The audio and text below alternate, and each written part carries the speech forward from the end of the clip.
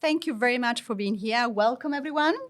Today's episode at HOYA Vision Care podcasting story, part of the Visionary Talks Insights from the Outside.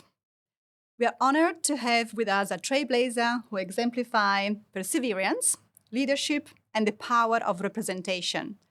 Ladies and gentlemen, here today, the guest is a leader who has faced challenges heads on with dedication and resilience. She'll help business reach their goals while navigating their own journey with a strength and focus. Please welcome Naima Zemmouri, Key Account Executive at Google Cloud and a recipient of the Woman Visibility Award for the one who made a mark in sales and marketing. Thank you. Thank you, Naima, for being here today. Of course. We are very honored to have you. Honored to be here. Very inspiring journey and the lesson that she's obviously achieved along the way. So to start things off, I would say we would love to get to know you a little bit more. What do you like to do in your free time, and what really drives you to work on a daily basis, and what makes you excited to go out of bed? What I do in my free time, outside of driving my kids to soccer practice and horseback riding, I try to find time to work out on a daily basis.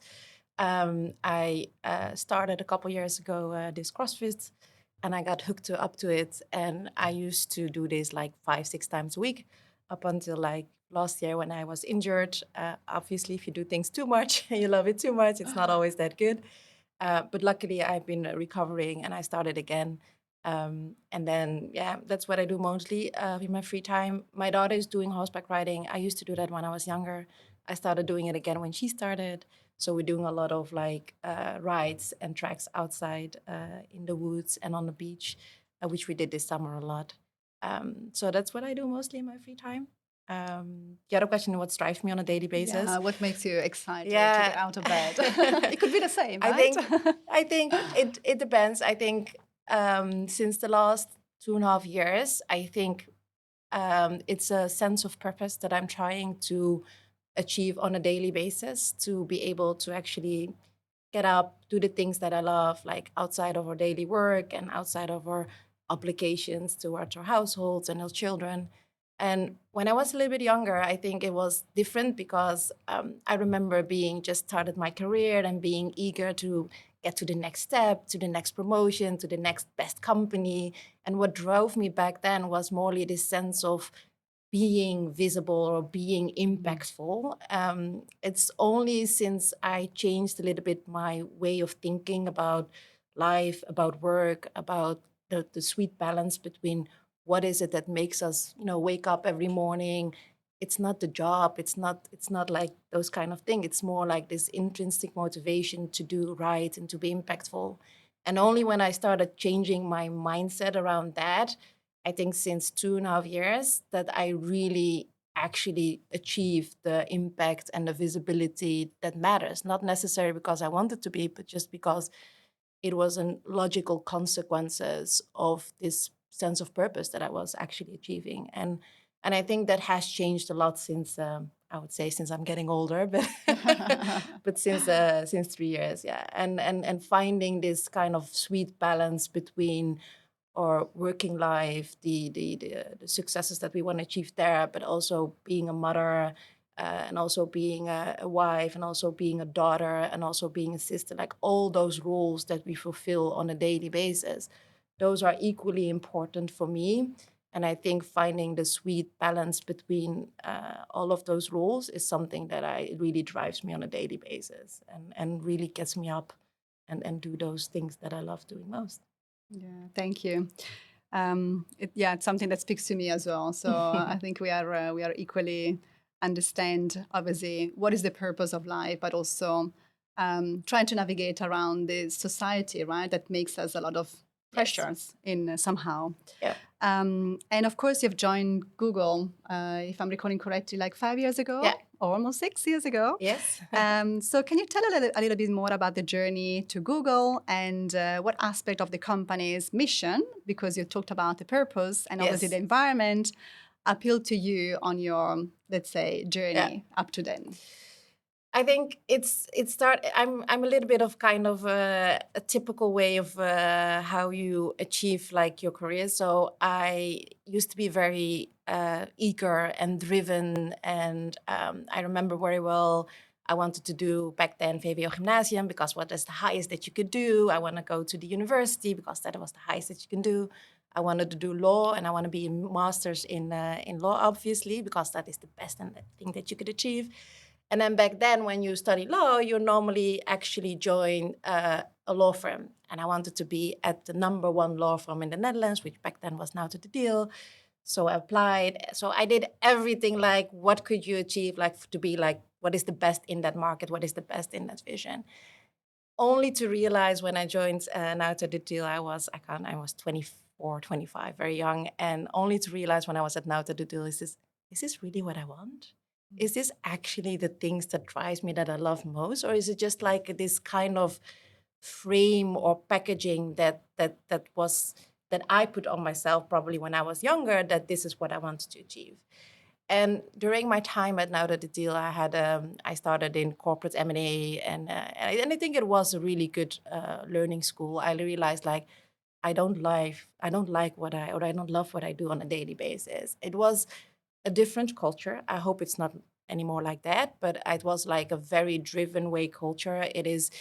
I remember very well that I was sitting there at 7:30 p.m. and I was like, okay, I have nothing to do. Let's go home. And then everybody's looking at me. Are you taking a half day off? Like that kind of culture, right? It's like, and outside of that, it was more like being a lawyer actually means that you're always at the end of the process, which means you always have to resolve issues or you have to do something upon request of a customer.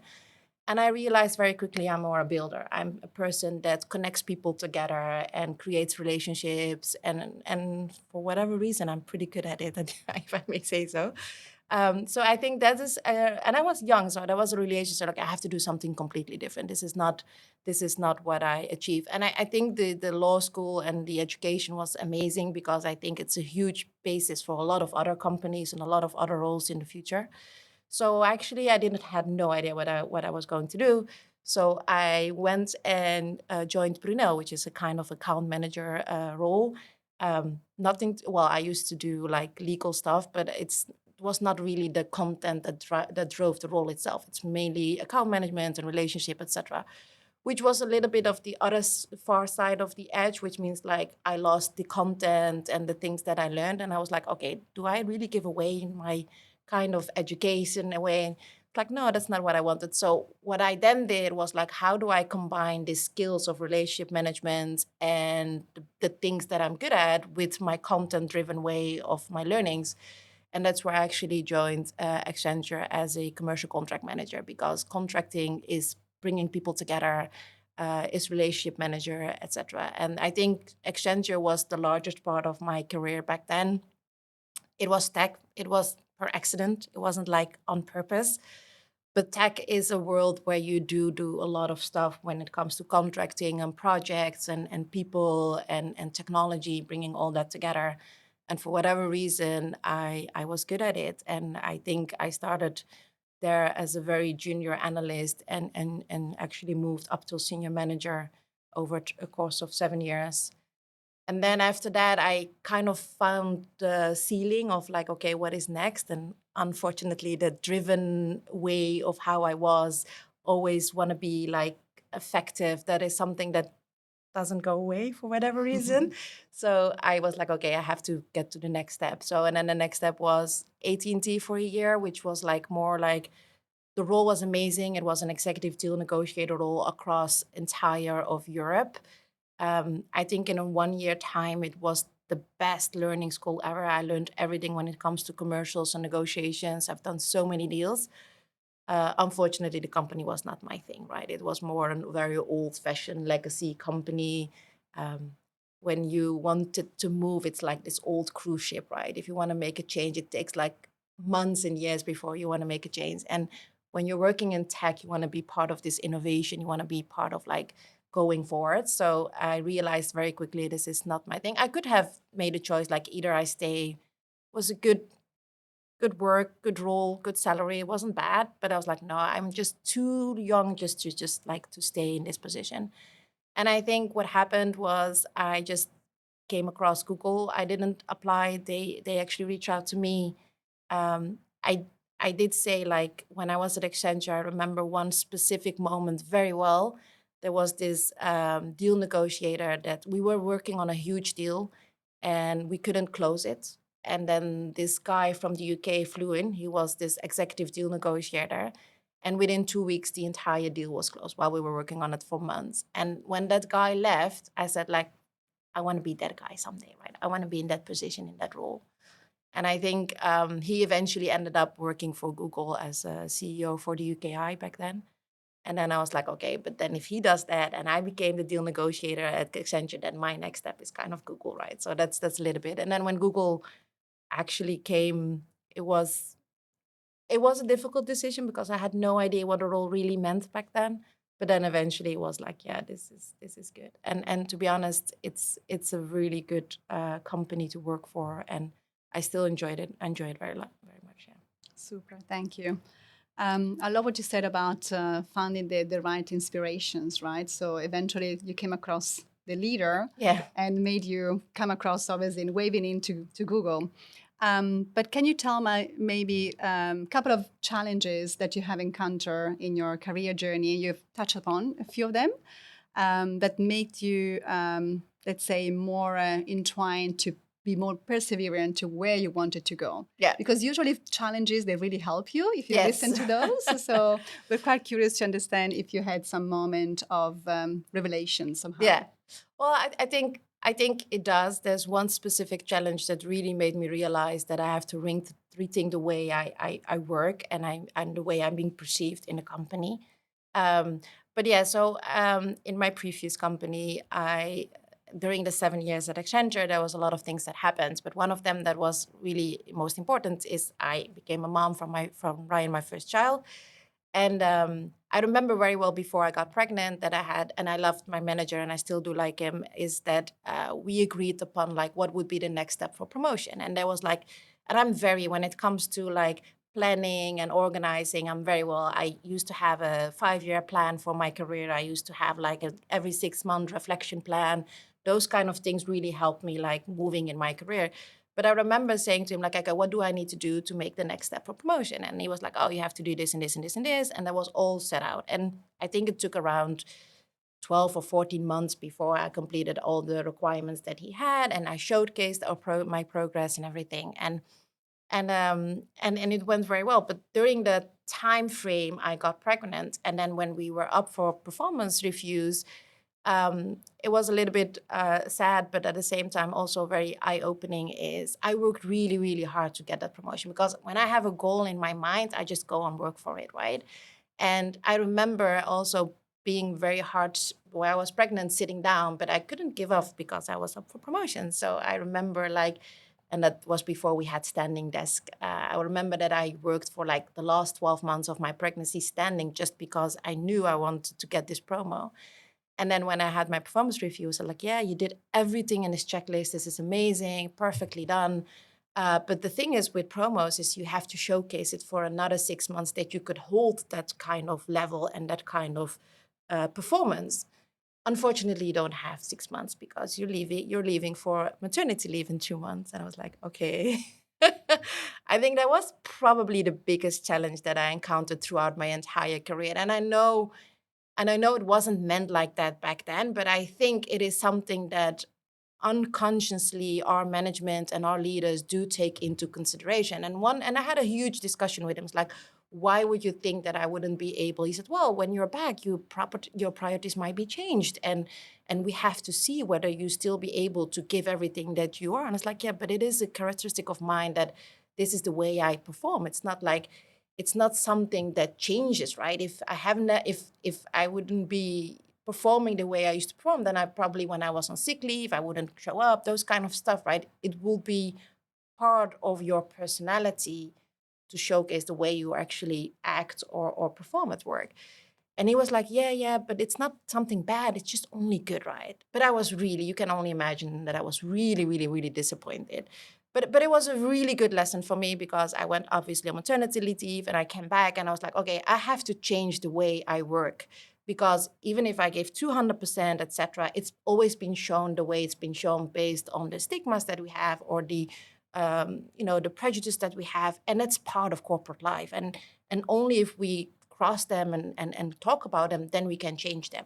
So I was like, okay, I just have to change. I'm just going to do what has been expected from me based on instead of giving, like I say, I always give 160%. And instead of giving 160%, I'll just give 100%, which is probably the base that everybody gives, right? So that's what I did. It wasn't aligned with the way I was as a person, but hey, it worked out. And without me knowing, I think 4 months when I came back from leave, he was like, you know what? The rough edges are the hard edges are gone.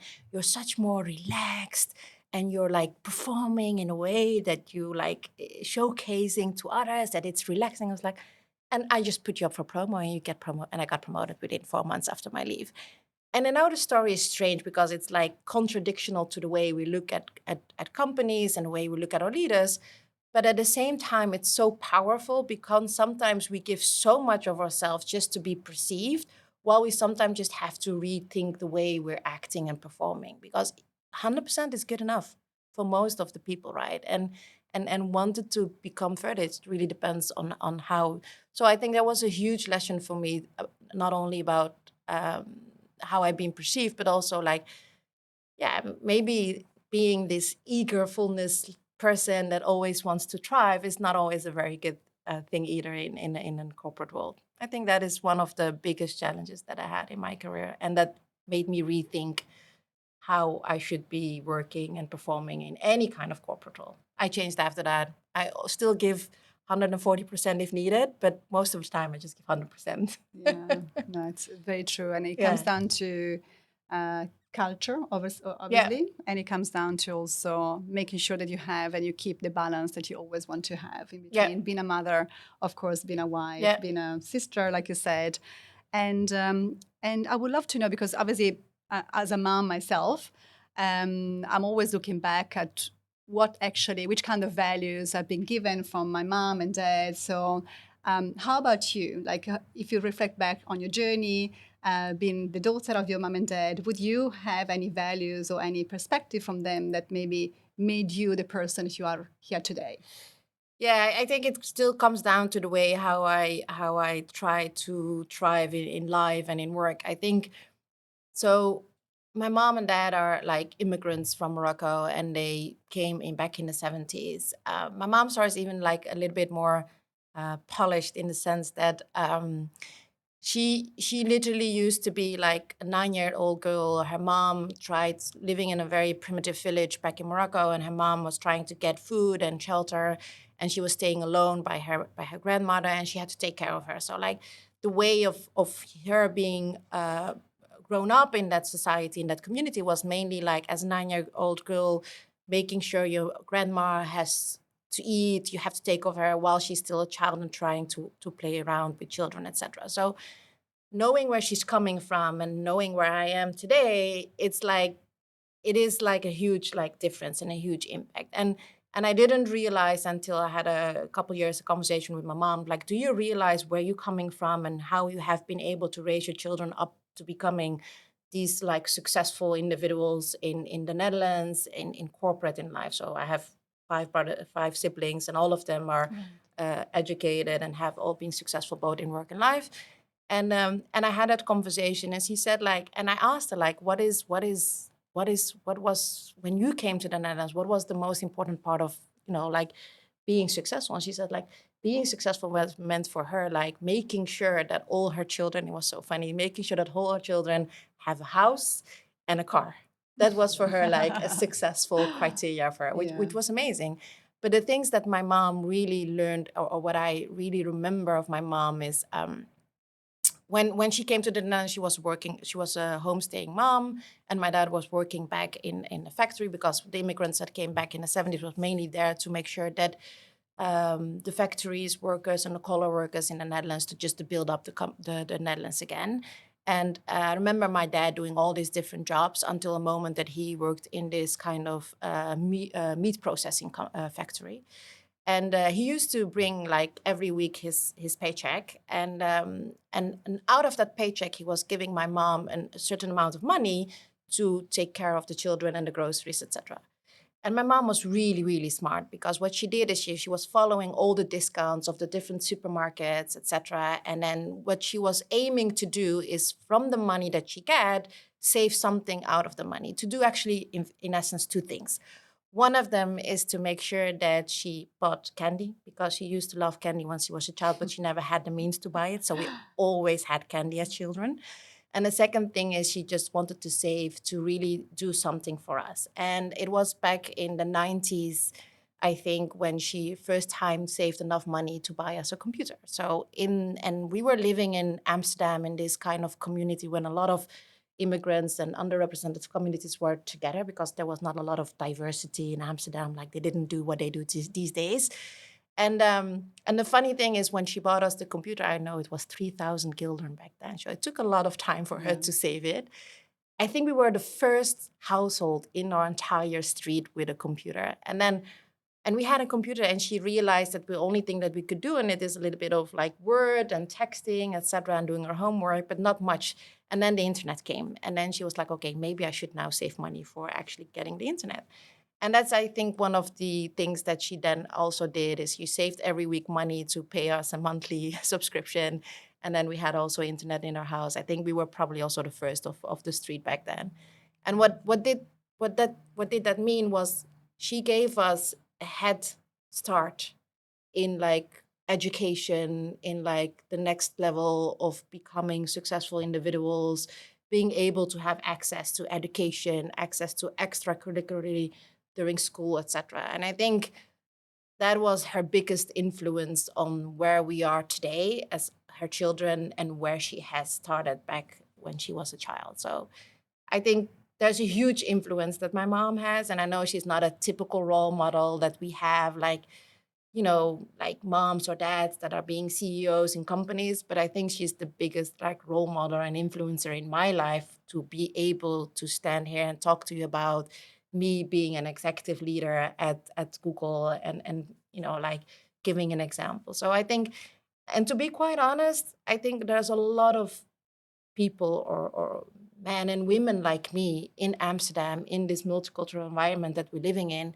that have similar stories. And we're not, and the thing is, one of the things that we don't do very well in the Netherlands, specifically if you look at the politics these days, talking about these stories and making sure that these are the successful role models that we have. And they are there. Just they don't have the opportunity to talk, or and to present themselves, and to really share these kind of stories.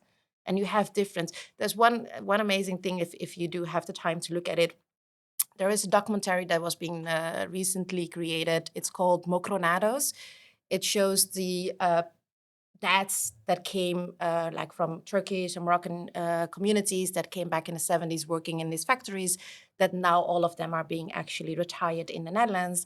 And that's why they call it like mocronados, like pensionados. But then, and it gives a really, really perfect picture on the community and their stories. And it's still on NPO, I believe. And you really can watch it, and then you can have like a picture of like, where were these people back in the 70s and 80s, and where are their children today? Because some of their children are also coming in that picture during this documentary. And it's a really, really beautiful way of looking at these like successful people from underrepresented communities in the Netherlands. Absolutely. Fantastic, very, very inspiring from my side. So thank you for raising your voice. And obviously, it's very touching as a story. And you're right. I think we should talk more. And that's why actually we're doing this kind of podcasting here, to raise also the topics that normally we don't actually speak about it. And we know that a lot of obviously of us will go through certain stories like this. So it's really inspiring, but also in the same time very humble. Thank you for expressing. And how do you find actually? How can you express maybe some of the aspect of your Moroccan culture background in your everyday life? It's been easy? It's been an easy journey for you? Yeah, so I think when you talk about Moroccan culture, it's more like the way we celebrate, or the way we like communicate, or yeah, and holidays, obviously. I think Moroccan culture in general is a very rich, warm culture with a lot of food, obviously. Of course. So food has always been A driver, yeah, right? and a key Yeah. theme actually in our Pivotal. lives. Yeah, my mom, like I said, when she was raising 6 children, she always used to have a lot of food, and she was preparing a lot of food. Everybody who was, like knocking on the door was available, could enter and always find at least something to eat. It was always enough, which was really hard for me when I married and I had to cook for 2 people. That was like very difficult because I used to cook for 8. But also, I'm married to a chef who's also from the same, although he's a third generation. So his grandparents are in the Netherlands, and his parents and himself. So me, only my parents. And yeah, so there is also food always part of our lives, right? And I think now we live in Almere with our 2 children, and we built our house, I think, 5 years ago. And even today, our house is always open for friends and family. And I remember during Corona time, I know it was not allowed, but during Corona time, it was really hard to find the social activities. And one thing that we just recently moved to Almere, and then we had a huge community of friends, which we met during CrossFit. And then they were always coming over for food. And there was even a time, and it was so funny, but it was the best question that I had. It was like one of my Dutch friends, he said like, I know it's a little bit of a rude question, but can I come over for dinner? It's like, just like, I said, yes, of course. You can always come over for dinner. No issues at all, right? So, and then I think we try to replicate that way of our Moroccan heritage and culture, because it's the same. And if you go to Morocco, if you knock on any door, even the most poorest family, you probably will be able to enter and have a meal with them. Yeah. That's I true. think, I recognize also from Italy. That's yeah, the that's I a think, yeah, driver, yeah, right? yeah, exactly. Food is Absolutely. Italy also, It's yeah, also very there. important, yeah. That's great. Thank you for that. And you've spoken earlier about diversity and inclusion. So Yes. obviously, we do have a program here in HOYA as well. And I'm curious about how do you feel about Google? And is it Google actually a successful program? Do they have it? And how do you feel with that? Yeah. So when it comes to diversity and inclusion, it's very subjective, right? What is diversity for the one doesn't mean it's diversity for the other. There's one thing that I think Google really excels at is creating this environment of psychological safety.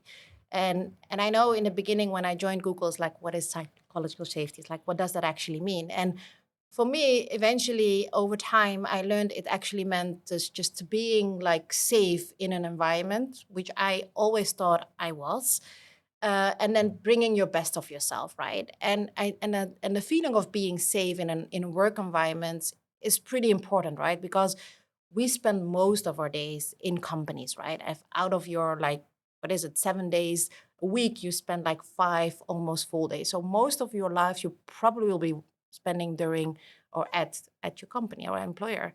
So I think it's really important to be able to be as safe at your work environment as safe as you are in at home. But it's really, really hard because similar to the roles that we take on as a mom or a child, you also take on a role of an employee when you enter a company, right? And I think I always had the feeling of being kind of safe in any company, which wasn't really the case, because there's always this kind of perception, or how do we say it, expectations that the company or your leaders or your management have of you, which you want to adhere to, right? And I think there's two examples that I think really exemplifies Google as being a psychological safe environment. One of them, when I was a manager at Google, so before the role that I have here, I used to manage a team mostly remotely from UK. And I remember being a manager, you always feel this extra responsibility to always be there and make sure that you provide the best example and you are the best like version of yourself. But we're human. We can't be the best version of ourselves every single day, right? We have bad days or and I remember one day very well that I was waking up and I just had a bad night and I didn't feel well, but I wasn't sick enough to take a sick day. And I didn't want to lie because I do believe in the law of attraction. Everything you put out there will come back to you. So if you say you're sick, you probably will become sick. So I didn't want to do that. The only thing that I really wanted is just take a skip day. Like, don't work, don't take take a day off, don't take a sick day off, don't want to do all of that. And I remember I have my team meeting with my team, and I told them like, this is how I feel, and how about I just want to take a skip day. And then they were all looking at me. So I was really vulnerable. And I was like, you know what? I'm your manager. So as of now, we can take this rule into consideration, meaning we can just take a skip day. The only thing that you have to do is inform me before, make sure that you don't have any important meetings that, specifically for customers that are dependent on you, and then just take a skip day, right? And I introduced that. And it was so funny because it was like, even almost none of them used it. The fact that they could use it and the fact that they could do that and waking up and saying like, you know what, I don't feel working today, but I don't feel sad, sick or whatever, helped out. I think one person did it. Eventually, I didn't do it myself either because I was like, you know what, it's okay, right? But the fact that I was talking about it, because I said to myself, if I feel like this, they must be feeling the same, right? And they have like even more kind of performance drivers to showcase that they doing a well job and that they actually, because I'm their manager, right? So that was a little bit. The other thing is what is I think is very important where Google excels in. I used to be in this EMEA role as a manager, etc., and I did most of my work remotely from home, and I didn't belong to an actual kind of team or community. And then 1.5 years ago, I moved away from my manager role to back to an individual contributor role, being responsible for the largest account at Google within within our Benelux team organization. And I remember very well this I think we were like 300 people, but I think most of us in the Netherlands are around like 60 or 7 people. And I felt really, really safe. And it is a little bit strange to say that, but I will give you the reason why. Because during my 2.5 years journey of the last 2.5 years is as I moved and I became older, I also was looking more for this sense of purpose. And one of the things that I realized quickly was that one of the most important things that I feel like as a sense of purpose is my religion and my spirituality. So I took this journey to become more connected with my religion and more connected with the divine. So I actually moved in a more kind of spiritual way towards what I am today, actually. And one of the things that was really important for me at a certain moment of time is actually to wear the hijab. But can you imagine being always successful in your career, like with this person with beautiful curly hairs and always being like representative, and then changing the way you look, which is actually showcasing and representing a religion? And I think that is specifically in these days very challenging in the Netherlands. But however, the fact that I felt never so safe within a team within Google, I couldn't have made that choice. So it's because I felt so safe. I took that decision in March this year, and I shared a similar story that I'm sharing here with you today through this kind of chat, because otherwise I had to talk to a lot of people. But I shared my entire personal story, what drove me to this decision, and why it's so important to me, and why it doesn't change the way people know me, et cetera, et cetera. And I shared that story, really personal story, with them. And I was thinking that people might not look at it or not. But the amount of reactions and the amount of love that I got was like, even for me, overwhelming, that I was like, this is exactly what I mean with psychological safety within a company. You can be you, the way you are, the way you develop, the way you change, even if it's like a quite, large change as I did. And until today, yesterday, I was at the office. It's so amazing. And then my manager came up to me, and it happened like in March. And he gave me this like key holder which says "Proud Hijabi." He said, "I saw this in the store, and this is a very Dutch guy. Like I saw this in the store, and I was thinking of you and just buying of it." And that is for me like, it doesn't matter. These people, I'm really part of this community, and I think that is one of the things that for me is important in diversity and inclusion. Just being you, being welcomed the way you are, the way you change, the way you develop, and yeah, the way we're getting older. I mean, everybody changes some way or some other, right? And I think still being perceived in the same way as you did before, I think that's one of the biggest elements of diversity and inclusion for me. Absolutely. Yeah, and yes, we do have like formal programs, like women in leadership and those kind of things within Google. But I think those are part of more kind of the making sure that the awareness is there for the market and that the people can actually apply to the company and then absolutely experience what I just experienced as well. Thank you. That's very touchy. I think, like you said, obviously, company evolves, Yes. and by the time, so it's also an opportunity for the company to really seize where actually employee will feel safe. You talked about safety net. Yes.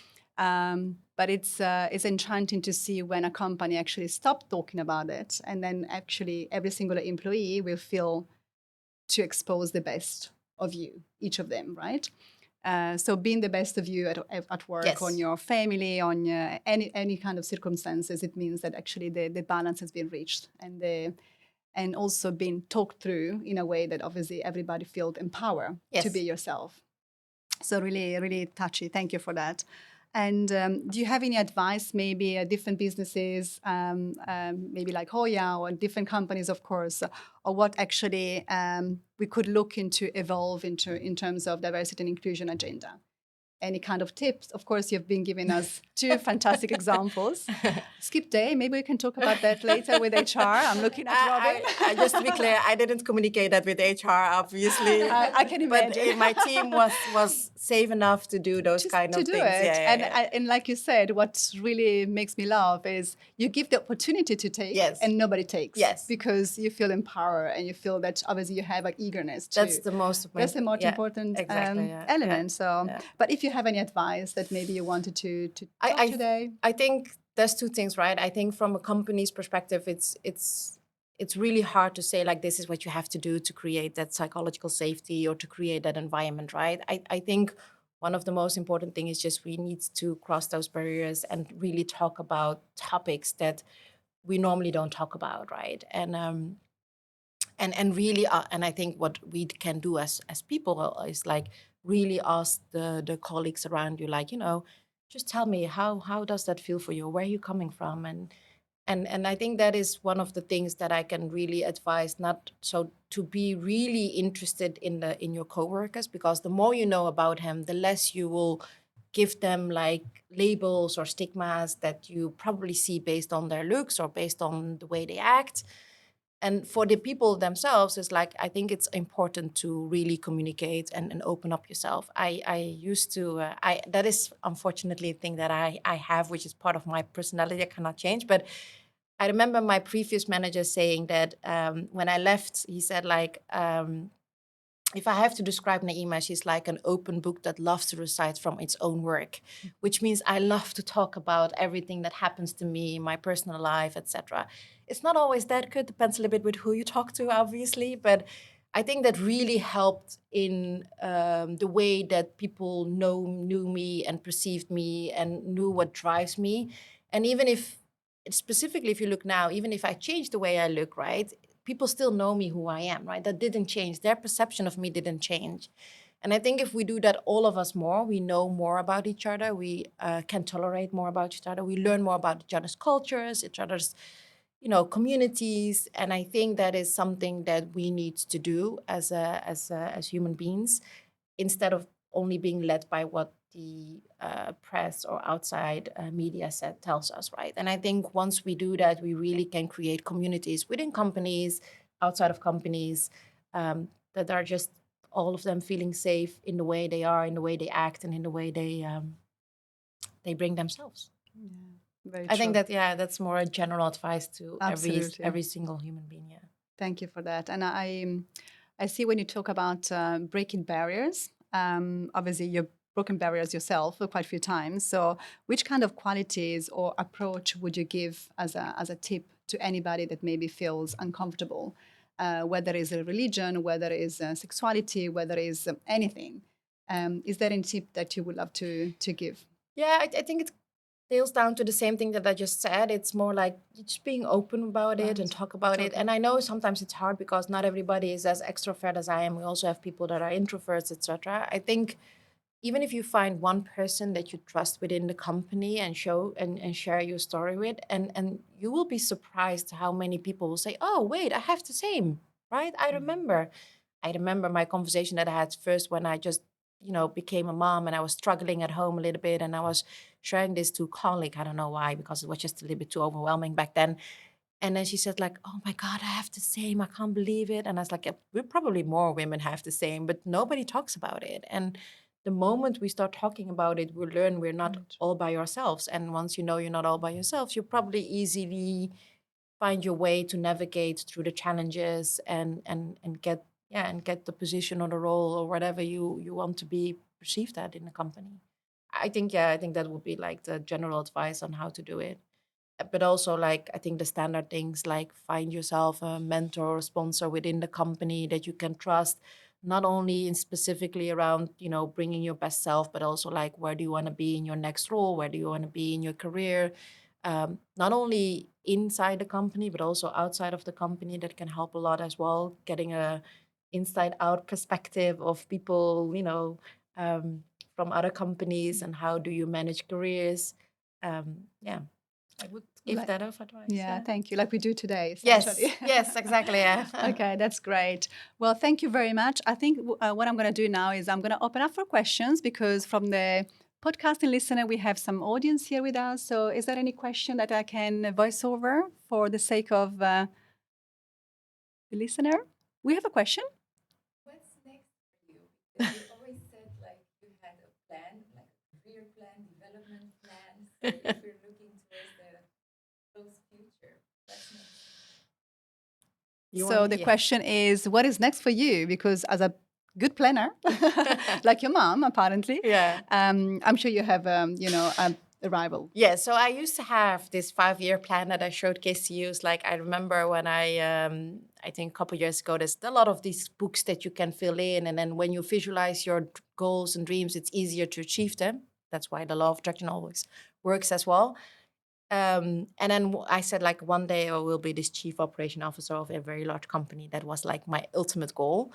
But I dropped it. I dropped it because I really feel satisfied in my day-to-day job. I love doing the things that I'm doing today, connecting with the people, managing my account, having also a good balanced life with my children at home. And I think, and that's not, I just not dropped it recently, but I dropped it a couple years ago as well. And when I do that, I'm more like in the moment. I live in the moment, and because I live in the moment, like the next step evolves itself, right? So I 1.5 year ago, I didn't think of joining this key account executive role at Google because I used to be manager, etc. But I felt like I needed a change, and it was a very welcome change. Obviously, it was scary and challenging in the beginning, but and now 1.5 years later, my management has yet another responsibility lined up for me, which I couldn't think of. And even if I wrote it down as a next step, I probably wouldn't have thought of it. So I realized that if I do the best in what I do today, the opportunities will evolve themselves. And for whatever reason, it's exactly the same opportunities that I used to plan for and strive for, but with less eagerness. And therefore, it feels like more natural coming to me. And therefore, it feels also more confident to take up these new challenges and opportunities. And I think, and maybe it's also a little bit with the age, the older you become, the more relaxing you become. But I think, those are, that's next for me. So there's a larger responsibility lineup for me that they're talking about this week, and I have to make a decision on that. Thank you. Thank you, Naima.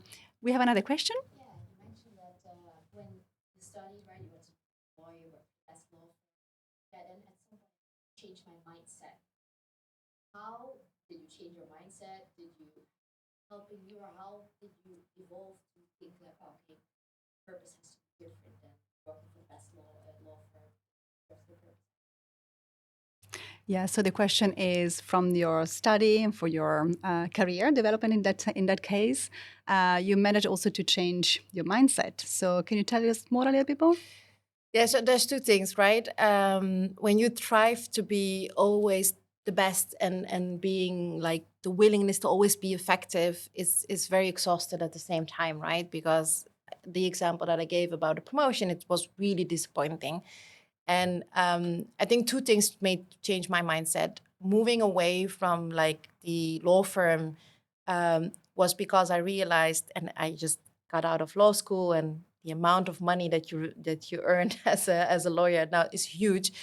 And my husband back then earned like 3 times less than I did, and he woke up every morning more happy than I did. And that was something like, okay, so success doesn't mean is not measured with money and the best law firm, etc.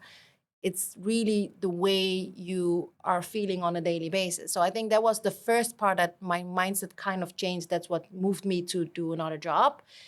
It's only, I think becomes with age, but also, like I said, like the more relaxed I was in the way I'm doing my daily job, the more easy the new opportunities came. So once I changed my mindset, I got promoted like 4 months, even without me knowing, right? And I think that is something that somehow you learn the way, all the way through your career. Maybe also a little bit with when you're getting older.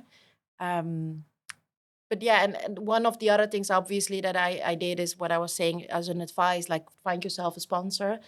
I was coached by an executive that was that there was a campaign, he for she, which means that male executives were actually managing and coaching females outside their own company. So he was part of that he for she campaign, and he used to manage me and sponsor me. And he was the one that told me, like, okay, like sometimes you have to rethink what you're doing on a daily basis and the next step career that you're doing, and really think what really drives me personally, right?